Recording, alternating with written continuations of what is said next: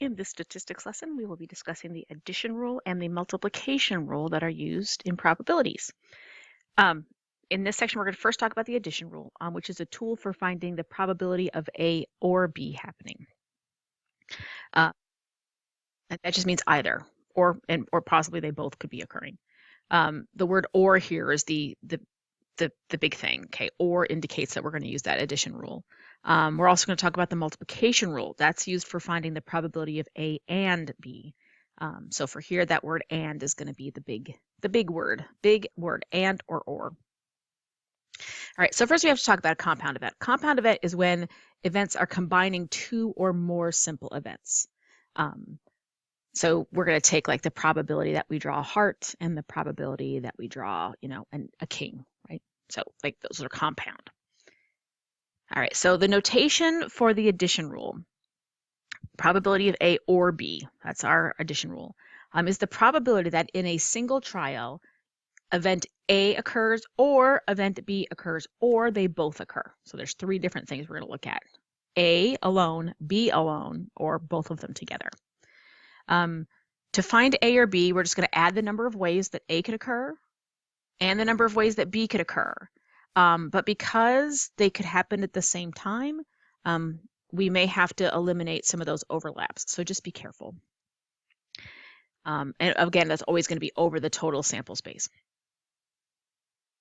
So here is the formal, if you're looking for a formula, here it is. So the probability of A or B equals the probability of A plus the probability of B minus that overlap, right? Where A and B just represents that they're occurring at the same time, because you don't want to count twice, right? If you do the probability of a king or a heart, you do have a king that is a heart, so it gets counted twice. So you got to make sure you subtract that overlap where you counted it twice, because you don't want to double count.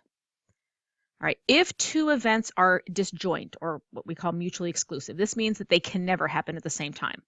If that happens, if they are disjoint, then the probability of A and B is 0, right? There's no overlap between those two. So you're going to hope that you have disjoint events. If they're not disjoint, then that's where we have to subtract that overlap. So here are some disjoint events. Okay, so item A could be randomly selecting someone for a clinical trial who is male. Event B could be randomly selecting someone for a clinical trial who's female. You cannot be male and female at the same time. That is genetically impossible. So again, those are two disjoint events. All right, but here's some events that aren't disjoint. Okay, that you randomly select someone taking a statistics course, and you randomly select someone who is female. Well, you could have females taking the statistics course, so there's going to be some overlap there. So that's just a simple example. All right, so again, to find A or B, or first of all, we know we have to use addition rule, and then make sure that you count the number of ways. To count the number of ways A's could happen, the number of ways B's could happen, and then subtract any overlap so that you're not double counting. So let me give you an example. All right, you're playing hearts with your friends. I don't know if you've ever played the game Hearts, but it's very popular in my house. In order for your hand to be perfect, you need the last card dealt to you to be a queen or a heart. What is the probability that the last card you are dealt is a queen or a heart? Now you have to know something about cards before you can answer this question. So just so everybody's on the same page, there are 52 cards in a deck. There's 13 of each suit, and there is a queen in each suit. All right, so how do I figure this out? So first thing is, what are they asking me to find? They're asking me to find the probability of a queen or a heart. So the probability of a queen or a heart. So this tells me that I have, right? These are an or, this is an addition problem. So I need to find the probability that it's a queen plus the probability it's a heart. And then I'm going to subtract any overlap where it's a queen and a heart. Okay, so how many queens are there in the deck? There's a queen in each suit. There's 4 suits. So there are 4 queens out of the 52 cards. Plus hearts. There are 13 hearts in the deck.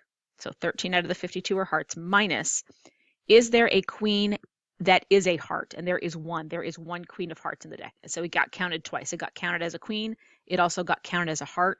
So it got counted twice. So we have to subtract that overlap. So we don't count it twice. So subtract one of them. All right, and then you're just going to add those all together. And that gives you 16 over 52, which you can simplify. So if you wanted the exact probability, it's 4 out of 13. If you were to put that in your calculator, that would be approximately 0.308. So you have about a 31% chance that that last card you get will be a queen or a heart to make your hand perfect for that game.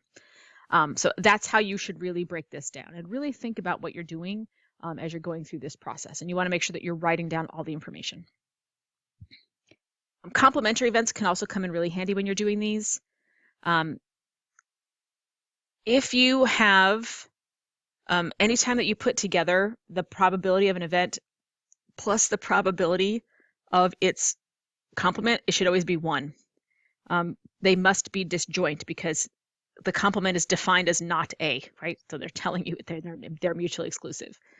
So if they ever ask you what the probability of an event is or its complement, it's going to be 100%. Either it's going to happen or it's not. There's no gray area there. So again, just to sum up, we talked about these in a previous lesson, but the probability of an event plus the probability of its complement is always 1. And then you can change that, do a little feng shui on that formula there and get these other 2 formulas as well that may come in handy as you're working. All right, so here's another example. Based on the survey results from Consumer Technology Association, the probability of randomly selecting a household in the United States and getting one with a smartphone is 0.87. So they're saying the probability that you get a smartphone is 0.87. If a household is randomly selected, find the probability one does not have a cell phone. So we are asking, they gave us probability of smartphone. What we're asking for is the probability that it's not the smartphone. So I'm going to do the complement of the smartphone. And remember, that is 1 minus the probability that they have a smartphone based on that last slide where I just gave you all of those. So again, depending on the situation will depend on which one of those 3 you use. So 1 minus 0.87. So that gives me, I can't do basic math without my calculator anymore. I can't add or subtract. That is 0.13. So you have a 13% chance that you randomly select a household that does not have a smartphone. All right, so that is our OR's addition property. Now let's talk about that multiplication property, the AND. AND can be a bit tricky. If you have the probability of A and B, that's the probability that A occurs in the first trial and B occurs in the second trial. Very important to note the order.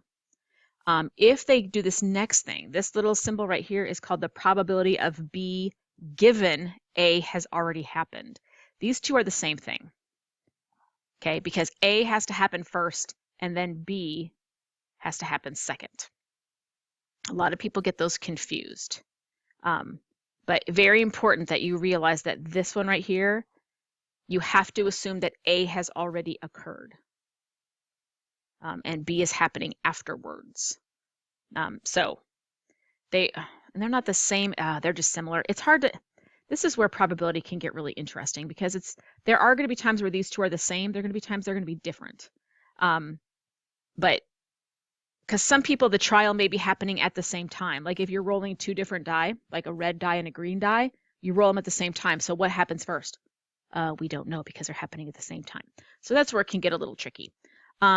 So if you have anything like that, you may need to use this multiplication rule. The probability of A and B is going to be the probability that A occurs times the probability that B occurs given that A has already happened because B has to be that second event. Sometimes it won't matter. But sometimes it will. So we have to be really careful with this. So that's going to be where we're going to kind of focus when we talk about this section. All right, if those 2 events are independent and they don't affect each other, then that's kind of the best situation for us because then it doesn't matter. The probability of A and the probability of B, given that A already happens, it's just the probability of B because they're independent of each other. They don't matter, like rolling the green die and the red die at the same time. So we're going to hope that our events are independent. If they are not, then that's where things can get really tricky.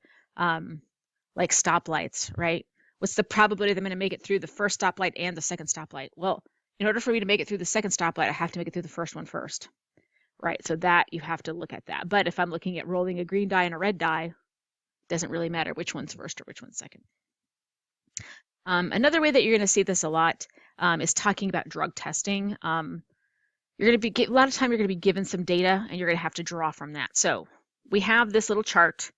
We took 50 people, we gave them a drug test, 45 of them had positive test results and 5 had negative test results. Maybe we work at a drug rehabilitation, and this is like their intake, right? They're the first 50 people that came into rehab, 45 of them popped positive and 5 of them were negative. If 2 of these 50 subjects were randomly selected with replacement, okay, what does with replacement mean? Replacement means that we're going to put all 50 in a bag, we're going to choose one person, write down the results, and then we're going to throw them back in the bag so we still have 50, shake it up, choose again. That's with replacement. Without replacement means we take them out, we keep them out, we shake the bag, we choose another name out of what's left in the bag. So again, very important if you know whether you're doing replacement or not. So be aware of those worlds. So it says, if 2 of these 50 subjects are randomly selected with replacement, find the probability that the first person selected has a positive test and the second select. Okay, so we have to pay attention here. So we want the probability that the first person is positive and the second person is negative. All right, so we have to do the probability that we get the first person, okay, is positive. So what is the probability that the first person is positive?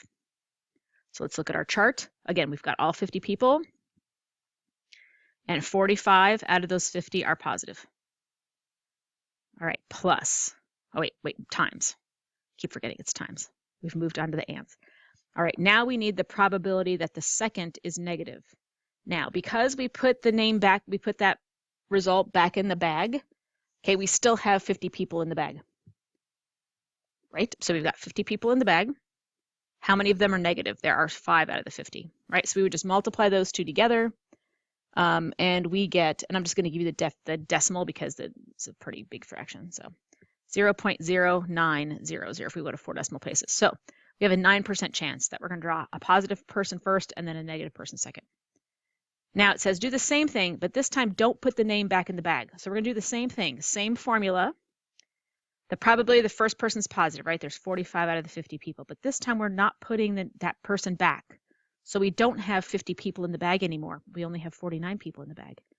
And of those 49 people, 5 of them are negative. So that is going to change the denominator slightly because we didn't put them back. Multiply those 2 together, and you get 0.0918. So you have a 9.18% chance. So it changes it slightly. Sometimes it can change it greatly. So you have to make sure that you understand what you're doing with your sampling. So again, are you sampling with replacement or without? With replacement means that the 2 events are completely independent of each other. It didn't matter, right? If you looked at that last example, it didn't matter whether we had positive or negative because it was the same 50 people that we were drawing from. But the second way we did it, it did matter. They were dependent because when we took out one of those results, the total number changed. Our sample space changed. So very important that you know if you have with replacement or without replacement. So always keep that in mind. Sometimes you can treat those dependent events like they're independent. But there's a specific threshold. And so when you're sampling without replacement and your sample size is no more than 5% of the population size, you can treat those as independent. So say you're doing drug testing, but you're doing it for a huge company like Amazon that employs millions of people all over the planet. Right? As long as our sample size that we take is no more than 5% of the total number of Amazon employees, which I can't even fathom how many Amazon employees there are in the world. As long as our sample size is no more than 5%, we can treat the selections as independent because when you have that many people, just looking at one person out of that many isn't really going to change the numbers. As you saw, even in the last example, when we only had 50, if we just took one out, it went from 9% to 9.18%. So it changed a little bit, but not a lot. So when you're talking about millions of people, it's definitely not going to make a difference. So let me show you an example. All right, so let's say that you worked for a company that had 130,639,273 full-time employees in the United States. Okay, if one of those employees is selected at random and tested for illegal drug use, there is a 0.042 probability that the test will yield a positive result, indicating that they have been using. And Quest Diagnostics does this. When I applied for my job, I had to go to Quest Diagnostics and I had to take a drug test. Assume that 3 employees are randomly selected without replacement. Now, because we have so many employees, we don't really care. Replacement is not going to matter. So we just want to know that we want to find the probability that the 3 selected employees are all positive. So we want the probability that the first is positive, and the probability that the second is positive, and the probability that the third is positive. And again, they told us what that probability is, right? We have a 0.042 probability. So each of these is 0.042, 0.042, 0.042. So you're just going to multiply all those together, and you're going to get 0.1234741. It's a very, very small probability, right? Even if you moved that 2 over, it'd be a 0.00741%. So very, very, very small chance that you're going to pick 3 people and they're all going to be positive. But again, we can do that just because we have so many employees. Now, if you only had 13 employees, obviously you would definitely want to, not do, you want to do this without replacement because you only have 13 people. But when you have 130 million, definitely something you can do. And that brings us to the next topic because it's kind of intertwined about redundancy.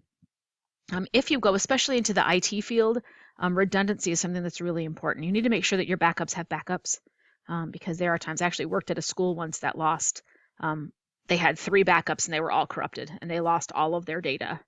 So that can be a really bad thing.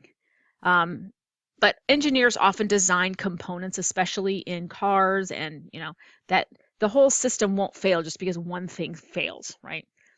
Like if you have one thing that fails in your car, it may make your car break down, but it's not going to break the whole car, right? Your car is going to break down on purpose so that you don't destroy the whole vehicle. But we can fix that one thing and everything's going to be fine. But the one place I really like to talk about it is in information technology, just because you use it so often. So let's say that you buy a Seagate hard drive in this specific model. I don't know. It has a failure rate of 2.89% in a year. And again, that we have to make sure that we have some source for this data. If your computer only has has the only Seagate hard drive, what is the probability that it will work for a year? All right, so we want the probability that it doesn't fail, right? Probability that it doesn't fail. So we want the complement. They gave us in the problem the probability that it does fail. So we're going to do 1 minus 0.0289, right? Because we're going to use that complement formula that we talked about earlier. So we have a 97.1% chance that it will make it through the year. Well, that's pretty good. But if you work for a major company, and if you had that, even if it's only about 3%, if you have a 3% chance of losing all your data, that's not a good, that's too high, right? We want it to be extremely, extremely small. We want to make sure that we have, so they usually have a backup, multiple backups. This time we're only going to do 2. If your computer has 2 hard drives, right? So you got a backup. What is the probability that at least one of them will work? So this will be the 1 minus the probability that they both fail. All right, so this is going to be an AND problem here. What's the probability that the first one fails, right? It's still 0.0289. Sorry, that should be a 0. Times, what's the probability that the second one fails? That will also be 0.0289. So you're going to have to multiply these together first and then subtract them from 1, and that gives you 0.999. That's much better. I like that. I only have this is a 99.9% chance that we're going to be fine. So we have a 0.1% chance of failure. Notice the difference. If we only had 1, we had almost 3% chance. But with 2, we only had a 0.1% chance. Big difference. Redundancy, super, super important in the IT world. And anybody who goes into IT will tell you that that's one of the most important things. All right, so just remember, addition rule is an OR. That's where you're adding. Multiplication rule is an AND. That's where you're multiplying. And you have to keep in the back of your mind all those little details: replacement, overlap, all those things. So very important that you keep it all straight. So hope this helps. Go do some practice, and I'll see you next time.